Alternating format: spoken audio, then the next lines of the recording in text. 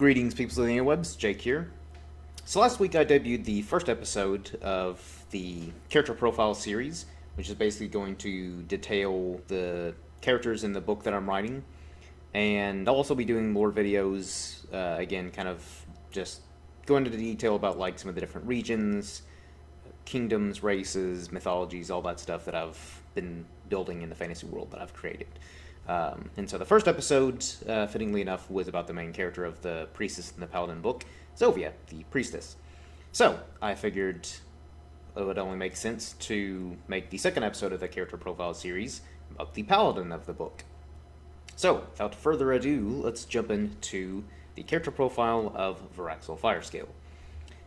Viraxl is an exiled Gagosian noble from the Firescale house, which is a prominent military family from the city of Zilibek, located in southern Gagosia, and a dedicated paladin of Xhal, the Gagosian god of law, justice, and well-being. Aged 335 years of age, with fire-red scales, as is the namesake of his house and family, yellow eyes, and stands at 6 feet and 1 inch tall. Viraxl, son of Thraxl and Arkolkus, is the fourth-born child with Kess, the oldest sister, followed by Zelkus, who is his also older sister, and then Drusharix, who is his older brother and heir to the house Firescale. During his youth, Viraxl spent most of his days training in combat with various weapons and armors, as was customary for someone of his stature and family. When not practicing fighting, he would spend his free time studying languages, history, culture, and even culinary arts. Viraxl, though a capable fighter, he prefers more scholarly pursuits, trying to learn more about other cultures and their history.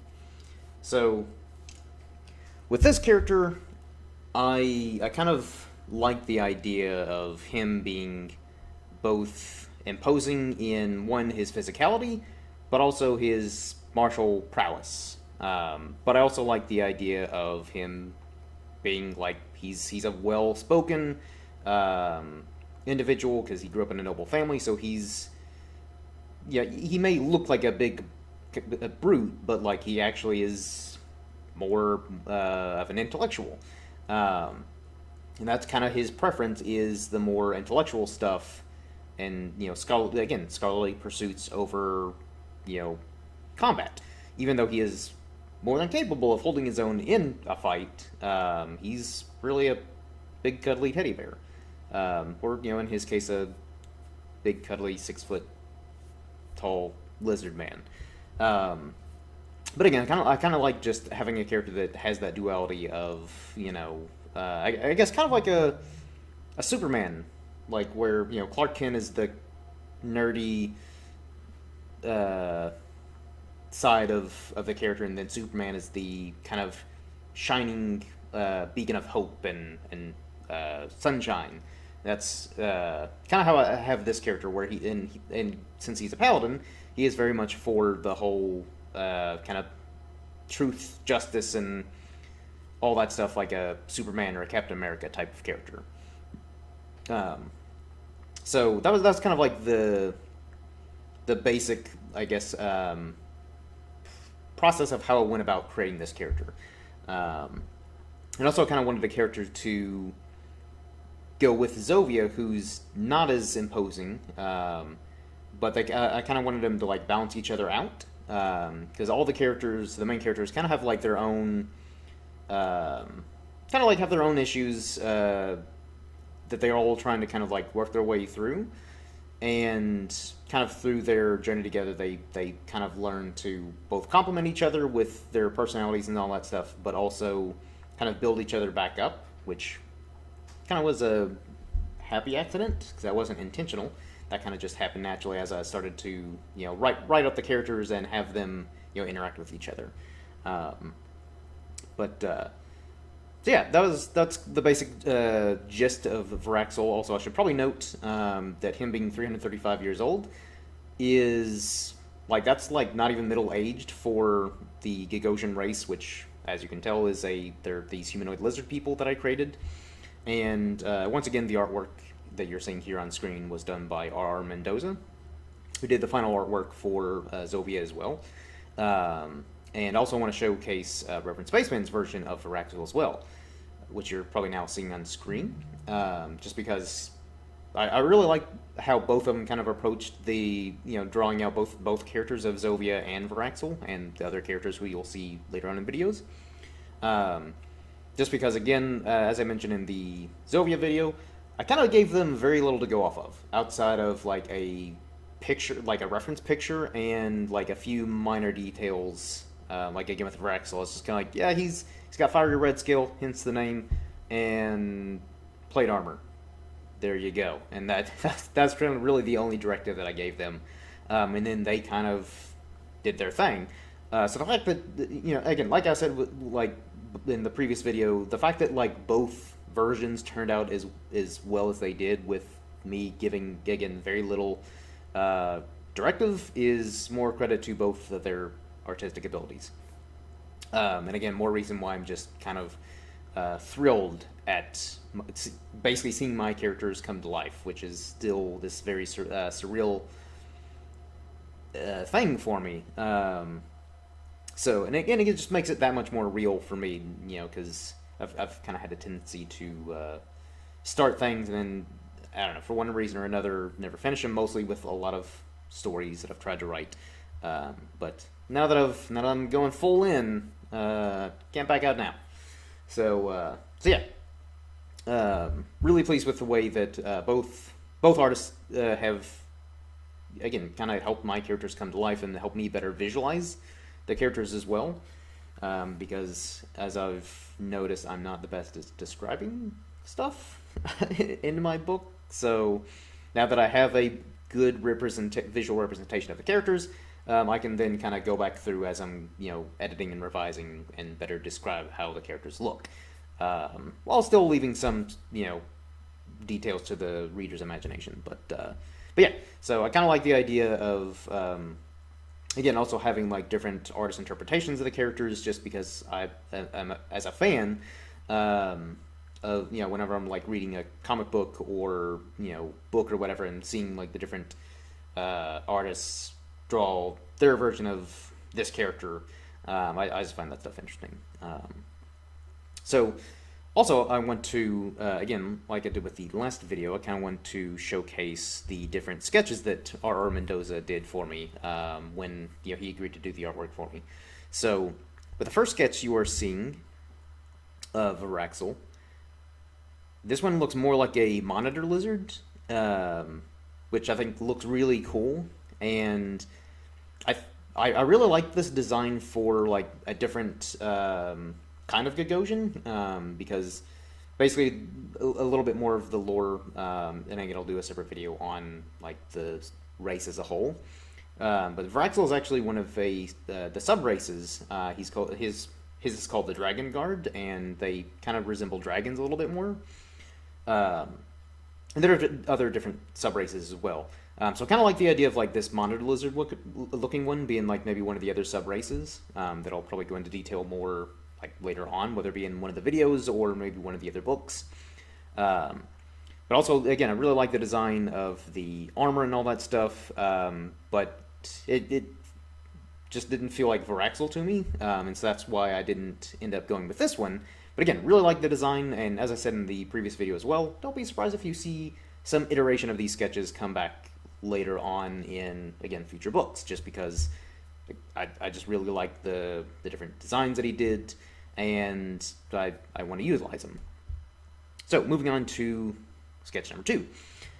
So again, really like the design of this one, really like the armor, and I like the little tattered cloak, kind of coming off from his back. The helmet, even though Viraxl doesn't wear a helmet in the book, I still like the fact that, again, our Mendoza went all out with the designs of the shield, the plate armor, the weapons, all that stuff.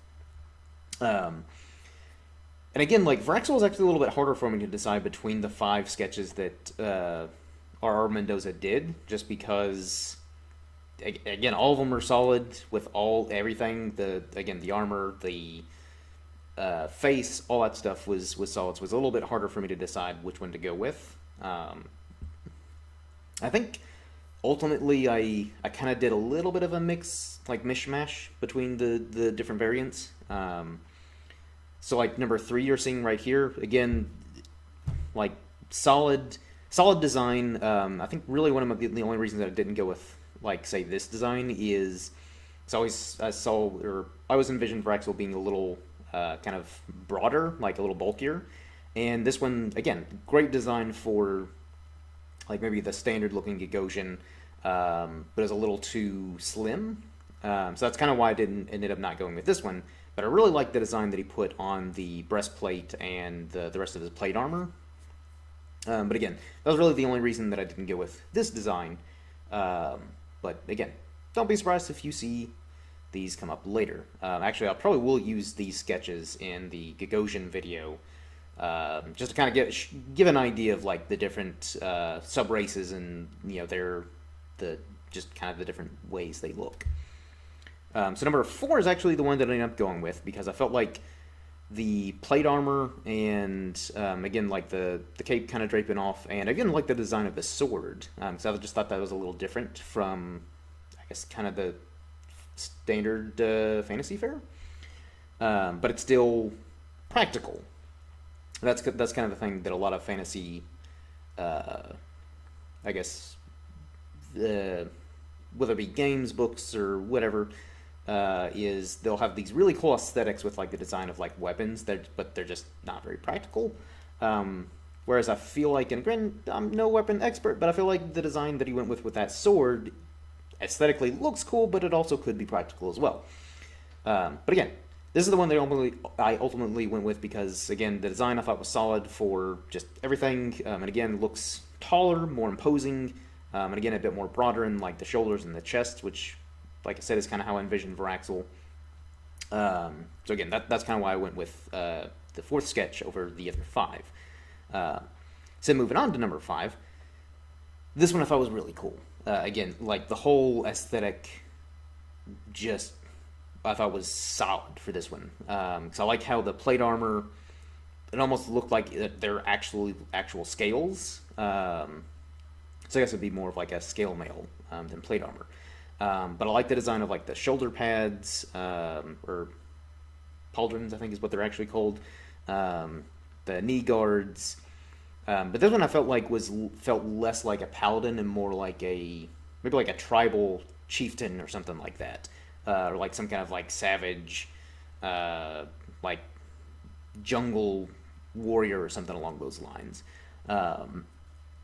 So that's kind of why I didn't go with this design, because again, even though I really like it, I just felt like it didn't quite feel like a noble paladin. It felt more like this kind of tribal warrior elite or something along those lines.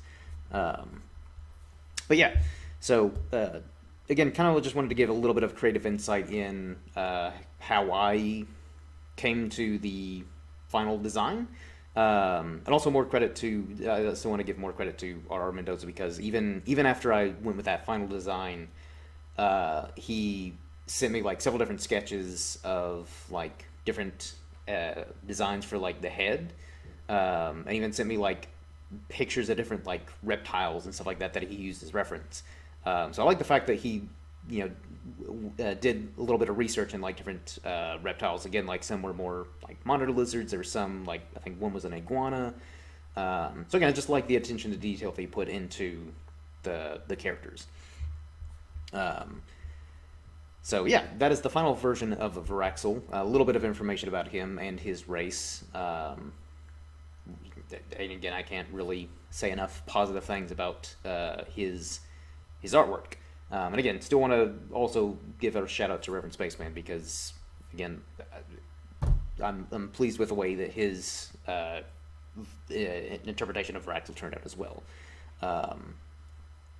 So yeah, there you have it, everybody. Hopefully you all have enjoyed this video, and I'll try to do these, again, pretty regularly, and then once I detail the 4 main characters of the first book, I'll probably start branching out a little bit more into like the lore on a larger scale.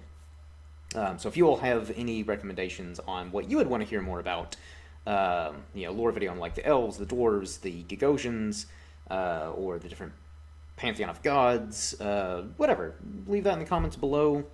And yeah, just stay tuned to the channel for more updates, more videos like this. And yeah, until next time, everyone, cheers.